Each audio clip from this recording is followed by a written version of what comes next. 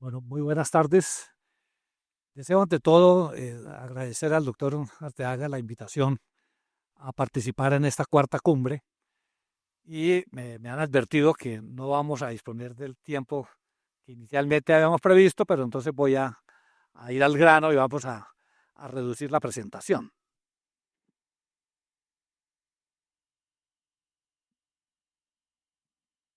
Pero esta es como la pregunta que nos estamos haciendo todos los colombianos con cierto temor. ¿Será que habrá elecciones el año entrante?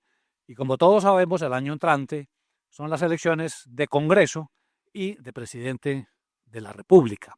Las elecciones de Congreso en marzo y las elecciones de presidente en mayo.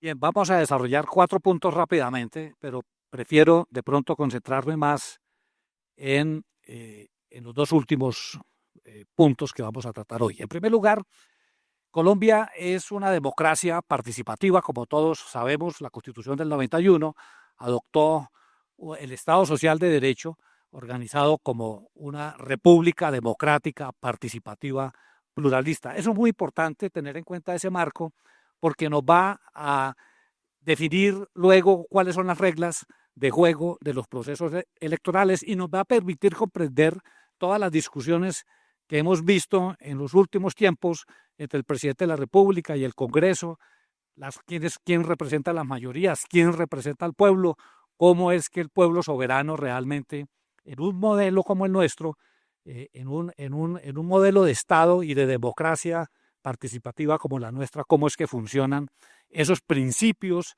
de los estados democráticos. El marco constitucional y legal de las elecciones del Congreso, que también es muy importante entender que en nuestro modelo democrático, al menos para hablar de presidente de la República y Congreso, son cargos que tienen periodo fijo, periodo institucional. Aquí no ocurre, como en otras democracias, que si por alguna circunstancia a un cargo se le termina el periodo y no ha sido elegido o nombrado el reemplazo, el que estaba ocupándolo puede continuar ejerciéndolo. Eso no ocurre en Colombia. En Colombia, una vez se termina el periodo, quien lo ejercía se va del cargo. Y por lo tanto hay otros mecanismos para reemplazar si es que los procedimientos ordinarios previstos para la elección o la designación no han permitido la designación del reemplazo.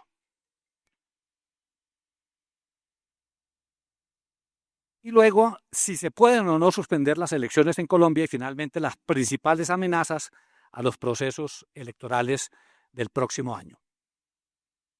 Como les dije, el modelo nuestro de Estado organizado como república democrática, participativa, pluralista, es una formulación que podríamos decir que tenemos desde la Constitución de 1821. Nosotros en Colombia hemos organizado siempre nuestra república como un Estado democrático. La soberanía popular, que se consagra por primera vez en la Constitución del 91, porque, por ejemplo, antes de la Constitución del 91 consagrábamos el concepto de soberanía. La soberanía residía en la nación como un ente abstracto, pero cuando se consagra la soberanía popular ya se refiere explícitamente a las personas que forman parte del pueblo, a las personas que, en el caso de nuestra Constitución, le delega a los ciudadanos el ejercicio de esa soberanía. El pueblo soberano le delega a los ciudadanos el ejercicio de la ciudadanía y obviamente el concepto de pueblo, que es otro concepto que ha estado en discusión, sobre todo en todos los proyectos autoritarios. ¿Quién es el pueblo? Generalmente los líderes autoritarios creen que ellos son los voceros del pueblo, que los que ellos representan son los auténticos representantes del pueblo, pero no consideran que todos son parte del pueblo, que todos los ciudadanos son parte del pueblo y realmente en un modelo como el nuestro, obviamente, absolutamente todas las personas que integran la sociedad, la comunidad, son parte del pueblo, representados por los ciudadanos en el ejercicio de la soberanía. Y ese pueblo ejerce la democracia, la soberanía de dos maneras. O la ejerce directamente a través de los mecanismos de participación ciudadana o la ejerce a través de representantes. Y ahí está entonces el modelo de la democracia representativa, que es a lo que se refiere la pregunta de este panel. Habrá elecciones para elegir a los representantes del pueblo, tanto en el Congreso como a quien habrá de gobernar como presidente de la República, pero no se refiere entonces a los mecanismos de democracia directa, como son la consulta popular, la revocatoria del mandato, en fin, esos otros mecanismos que le permiten al pueblo tomar directamente decisiones y no a través de los representantes en los órganos colegiados. Y también nuestra Constitución consagra el derecho, que es un derecho político, un derecho fundamental, a participar no solamente en la conformación del poder, es decir, en la elección de los gobernantes y de los representantes, sino también en el ejercicio y en el control del poder. Es un derecho, entonces, es un derecho político que nos permite a todos los ciudadanos participar permanentemente en la vida pública a través de la elección, a través del ejercicio, tomando decisiones como la consulta popular de la que se habló hace poco, o controlando el poder, por ejemplo, a través del ejercicio de la acción, de las acciones constitucionales, de las acciones públicas, las demandas de inconstitucionalidad, las demandas de nulidad de los actos administrativos son una forma de ejercer control del poder político como derecho político de los ciudadanos. Obviamente, ese derecho a participar también se expresa en el derecho a elegir y ser elegido y a tomar parte en las elecciones. Eso es lo que está en juego en las elecciones del próximo año. Y nuestro modelo de Estado, como todas las democracias liberales, se basa en el principio fundamental de la división del poder. Es decir, el poder público se divide en las democracias liberales clásicas en las tres ramas del poder, la legislativa, la ejecutiva, la judicial, pero además en el modelo colombiano tenemos unos órganos autónomos e independientes que no forman parte de ninguna de las ramas del poder público, como la Procuraduría, como la Contraloría, como la Organización Electoral. Son órganos autónomos e independientes que no dependen, no forman parte de ninguna de las ramas del poder público y además nuestra Constitución consagra el principio de colaboración armónica. Actúan separadamente, son autónomos, pero deben todos actuar en forma colaborativa para lograr los fines esenciales del Estado. Y además la Constitución dice cuáles son los cargos de elección popular. Hay una lista en el artículo 260 de la Constitución y dice cuáles son todos los cargos de elección popular en Colombia. Y esos son los únicos que son de elección popular. Entre esos, por supuesto, senadores, representantes de la Cámara, presidente de la República, vicepresidente. Y hay una regla de oro en la Constitución del 91. Antes no era así. En la Constitución del 91 se estableció la separación de las elecciones.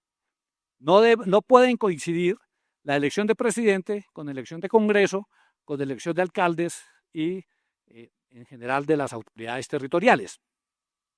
Y eso tiene una consecuencia muy importante, porque trae una consecuencia que tiene mucho que ver con los debates de los últimos meses, y es que el pueblo soberano, ese mismo pueblo, elige por separado Congreso y elige por separado presidente de la República. ¿Quién representa las mayorías de ese pueblo? ¿El presidente de la República? Pues no, el presidente de la República representa unas mayorías, las que lo eligieron a él y le dieron un mandato, pero también el Congreso de la República representa a unas mayorías con una característica fundamental, el pluralismo. En el Congreso se expresan mayorías, pero mayorías plurales. Los distintos intereses, las distintas fuerzas políticas, sociales de la sociedad, de la comunidad, se expresan en el Congreso a través del principio del pluralismo. Por eso es que es inaceptable que un gobernante pretenda que él representa a las mayorías y que el otro órgano tiene que obedecer la voluntad del gobernante. Eso no corresponde al modelo democrático que hemos adoptado en Colombia. Lo que tenemos es una organización que impide que cualquiera de los poderes tenga la superioridad o tenga la capacidad de decidir por sí mismo, y requiere, por el contrario, en este modelo, que exista una colaboración, una actuación conjunta, y más bien tratar de convencer o de construir consensos, pero no de imponer. Nadie en nuestro modelo puede imponerle a las otras ramas del poder público una determinada orientación o decisión. Bien. Ahora viene el segundo punto, el marco de las elecciones. La Constitución no establece cuándo se hacen las elecciones, pero sí establece los periodos. El Congreso dice que se elige para un periodo de 4 años y lo único que establece es que inicia el 20 de julio. ¿De cuándo? Del año de las elecciones, pero no dice cuándo. Eso ha sido definido por el legislador. Y el legislador colombiano ha establecido que esas elecciones se hacen el segundo domingo de marzo del respectivo año. Entonces, el segundo domingo de marzo de este año hay elecciones y se eligen congresistas para que inicien periodo el 20 de julio. Por 4 años. ¿Qué ocurre si no hay elección? Pues que nos quedamos sin Congreso. Los que están actualmente van hasta el 19 de julio del año entrante. Ahí se termina el periodo. Y quedan vacantes todos los cargos de congresistas. No hay manera de reemplazarlos por una vía distinta que no sea la elección popular. Y el presidente también por 4 años. La Constitución dice que en la fecha y con las formalidades que diga el legislador, y lo que ha dicho el legislador es que se hace el último domingo de mayo del respectivo año. Entonces, el último domingo del año entrante habrá elecciones de presidente y en materia presidencial hay unas reglas muy interesantes. Nuestra Constitución establece la mayoría absoluta. Se requiere que la mitad más uno de los ciudadanos que votan elijan. Si nadie obtiene la mayoría absoluta, hay una nueva elección, una nueva votación, una segunda vuelta, en la que van solamente los dos que obtuvieron las mayores votaciones, y hay una posibilidad de aplazar elecciones presidenciales, es cuando hay falta absoluta de alguno de los candidatos, cuando ya estamos en la segunda vuelta, y si faltan menos de 2 semanas antes de la segunda vuelta y fallece o ocurre alguna circunstancia de falta absoluta de uno de los dos candidatos, se aplazan las elecciones por 15 días solamente. Esa es la única posibilidad de aplazamiento de elecciones prevista en materia de elección de presidente de la República. Pero la misma pregunta, ¿qué ocurre si por alguna circunstancia no hay elecciones? Yo, preparando esta presentación, me imaginé qué hubiera pasado si las elecciones hubieran sido en la época de la pandemia, en marzo, como lo que ocurrió en marzo del 2020. ¿Qué hubiéramos hecho? La Constitución no prevé qué podría ocurrir en una circunstancia excepcionalísima como esa que vivimos en la pandemia. Por ahora solamente está previsto que en caso de falta absoluta de uno o de los dos candidatos, se pueden aplazar las elecciones simplemente porque la misma Constitución trae mecanismos para saber quién, si no pueden los dos primeros, los que siguen en la lista en votación podrían reemplazar a los que faltan absolutamente dentro de las 2 semanas anteriores a la elección. Entonces, la pregunta, ¿se pueden suspender las elecciones? Bueno, en Colombia existe solo una norma que autoriza suspender elecciones. Esa norma es anterior a la Constitución del 91. De hecho, esa norma viene desde el primer Código Electoral, que es de 1887. El primer Código Electoral que se expidió luego de la Constitución de 1886, que en esencia es el que todavía está rigiendo en Colombia. Ese código previó la suspensión de elecciones, pero fíjense que la redacción de la norma es muy curiosa y obedece a las reglas de juego, a las reglas electorales de esa época.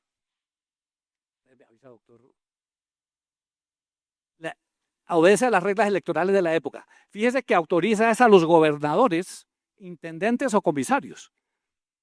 Hoy en día no tenemos intendentes y comisarios. Gobernadores sí, pero eran los gobernadores los que podían suspender las elecciones con autorización del gobierno nacional.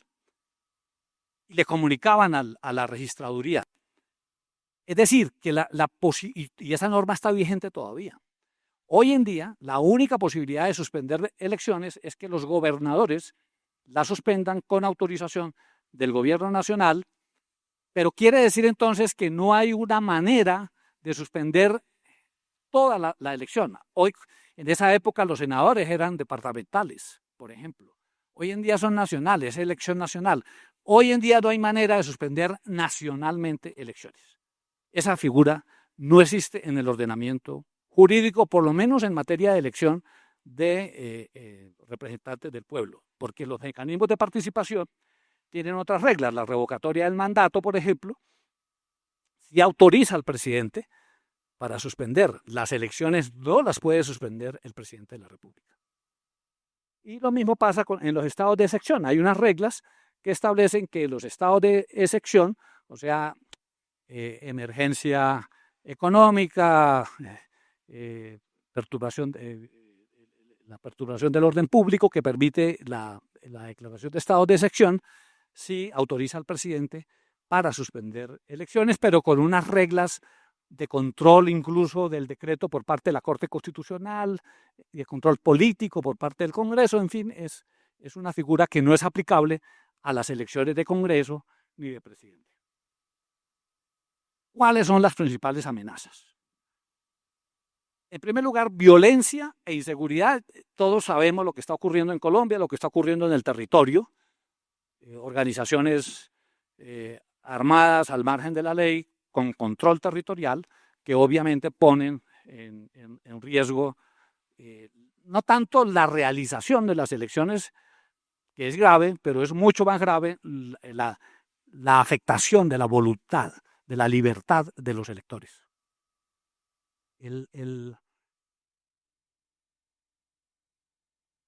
La desconfianza institucional, el financiamiento ilegal y el clientelismo, la fragmentación política y la polarización. Y algunos fenómenos nuevos que tienen que ver con el uso de las redes sociales, la desinformación, en fin. Con violencia, lo que ha ocurrido últimamente es muy grave. En el 2024 se presentó un incremento del 121% en hechos letales que afectaron liderazgos políticos en comparación con 2020. El año pasado se convirtió en el año con mayor registro de violencia en las circunscripciones transitorias especiales de paz, que equivale más o menos a las zonas PEDET. Y el ataque contra el senador Miguel Uribe, y obviamente lo que ocurrió esta última semana con la decisión contra el presidente Uribe, que obviamente introduce unos fenómenos de mayor polarización, en fin, lo que estamos viviendo en Colombia. Este mapa nos muestra las principales amenazas de violencia, el control territorial por organizaciones armadas al margen de la ley. El 85.6% de los casos registrados el año pasado se concentró en municipios con presencia de grupos armados ilegales. Y realmente es preocupante lo que está ocurriendo en el territorio y la incapacidad que ha demostrado el Estado para ejercer control de esas organizaciones. La desconfianza institucional promovida por el propio presidente de la República, que en X del 9 de julio del 2025 expresó tener desconfianza en la transparencia de las elecciones del 2026. Luego los partidos políticos no quisieron ir a la reunión de la Comisión Nacional de Seguimiento, de Coordinación y Seguimiento de los Procesos Electorales. En fin, ahí hay y la desconfianza de los ciudadanos en general con las instituciones públicas. el financiamiento ilegal, pero hay algo que no hacemos en Colombia todavía y que debería ser la observación electoral, que es vigilar la ejecución de los recursos públicos, los subsidios, la contratación. Hace poco en un informe se señalaba que al terminar el año podríamos llegar a 1 millón de contratistas de prestación de servicios profesionales o de apoyo a la gestión, que realmente implica un desbordamiento de la nómina estatal muy preocupante de cara a las elecciones. La fragmentación política, no, tenemos 31 partidos políticos, hay 42 grupos significativos de ciudadanos promoviendo candidaturas presidenciales, 9 grupos promoviendo cámaras de representantes y 7 senadores, 7 grupos de senadores. Eso es una barbaridad en una tarjeta electoral en donde los ciudadanos tienen que escoger un candidato. Y buena parte digamos, de este caos de fragmentación explica la cantidad de votos nulos, la cantidad de votos de tarjetas no marcadas que afectan seriamente la participación democrática. Este es un tema muy sensible en las democracias de nuestro tiempo: la polarización, la desinformación y la manipulación digital. Digamos, en el corazón de la erosión democrática, que se habla mucho en todo el mundo de lo que viene ocurriendo con las democracias, el proceso de erosión democrática, se encuentra una estrategia digital empleada para manipular procesos democráticos. Y yo creo que todos nosotros, sin saber de esto, lo vivimos diariamente. Porque este es un fenómeno, la estrategia de manipulación de procesos democráticos se expresa en lo que es el autoritarismo digital, que consiste en que en lugar de ocultar los hechos, hoy en día, fíjense ustedes que no ocultan los hechos, sino que se busca ahogar los hechos mediante la saturación de información de todo tipo, incluso información falsa, para llevar a los ciudadanos al punto de que no saben, tienen que creer qué es cierto, qué no es cierto. La saturación informativa no busca persuadir al público, sino desorientarlo, confundirlo y hacer que desconfíe de todo, como ha planteado Jonathan Rauch en un estudio reciente sobre el proceso en los Estados Unidos con el presidente Trump. Y en nuestro país, Álvaro Duque ha dicho que las consecuencias de ese fenómeno de saturación informativa es una reacción en 3 fases, que la traigo porque me parece que todos debemos tener claro esto. Lo primero es que hay una sobrecarga que provoca el síndrome de fatiga informativa, que paraliza nuestra capacidad analítica. Estamos saturados de información. Segundo, esta parálisis promueve una desconfianza universal.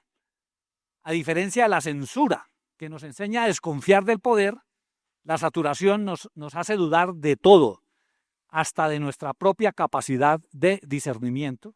Nos refugiamos en la creencia de que la verdad es inalcanzable. Y en tercer lugar, esta desconfianza no produce resistencia, como lo haría la censura, sino apatía. Agotados, simplemente terminamos por desconectarnos. Ante este panorama, la solución no es la desconexión, que nos deja vulnerables, sino aprender a consumir información de manera más crítica. Y hay ya algunas metodologías para eso. Bien, termino con esto. ¿Tendremos elecciones? Yo lo que quiero, el mensaje que quiero dejarles hoy es que las elecciones no están en riesgo. Realmente los proyectos autoritarios, ni en Colombia ni en ninguna parte del mundo, impiden las elecciones. Los proyectos ni siquiera en Venezuela. Los proyectos autoritarios hacen las elecciones. Lo que hacen es trampa, que es distinto, pero las elecciones las hacen. Entonces, lo que está en juego, lo que está en riesgo en Colombia es la democracia, no son las elecciones. Es importante, a veces creemos que porque en la Constitución está consagrado el Estado de Derecho, democrático, participativo, pluralista, ya tenemos Estado de Derecho, ya tenemos democracia. Pues eso se gana todos los días. Las sociedades democráticas deben ganarse, uno no puede dar por hecho que ya existe, que ya está. eso se puede perder. Y eso hay que ganarlo y hay que protegerlo todos los días. Todos tenemos el deber de actuar para proteger nuestro sistema democrático.